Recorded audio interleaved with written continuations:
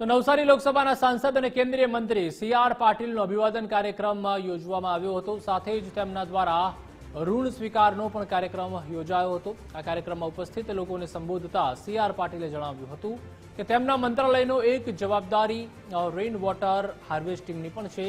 ત્યારે આવતા એક અઠવાડિયામાં તમામ પદાધિકારીઓ તેમજ કાર્યકરો દ્વારા પોતાના ઘરે રેઇન વોટર હાર્વેસ્ટિંગ કરવાનું છે, સાથે જ અન્ય લોકોને પણ કરાવવાનું છે। તે માટેનો જે પણ ખર્ચ થશે તે પણ કાર્યકરોને ચૂકવવાની તેમણે ખાતરી આપી હતી।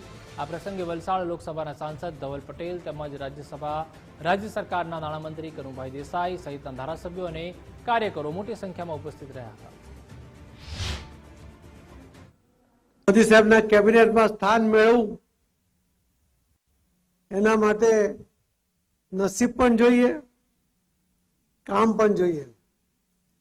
પણ કોઈ એકલા હાથે કોઈ સાંસદ, કોઈ વ્યક્તિ, કોઈ કાર્યકર્તા એમ ના કહી શકે કે મેં પુષ્કળ કામ કર્યું છે।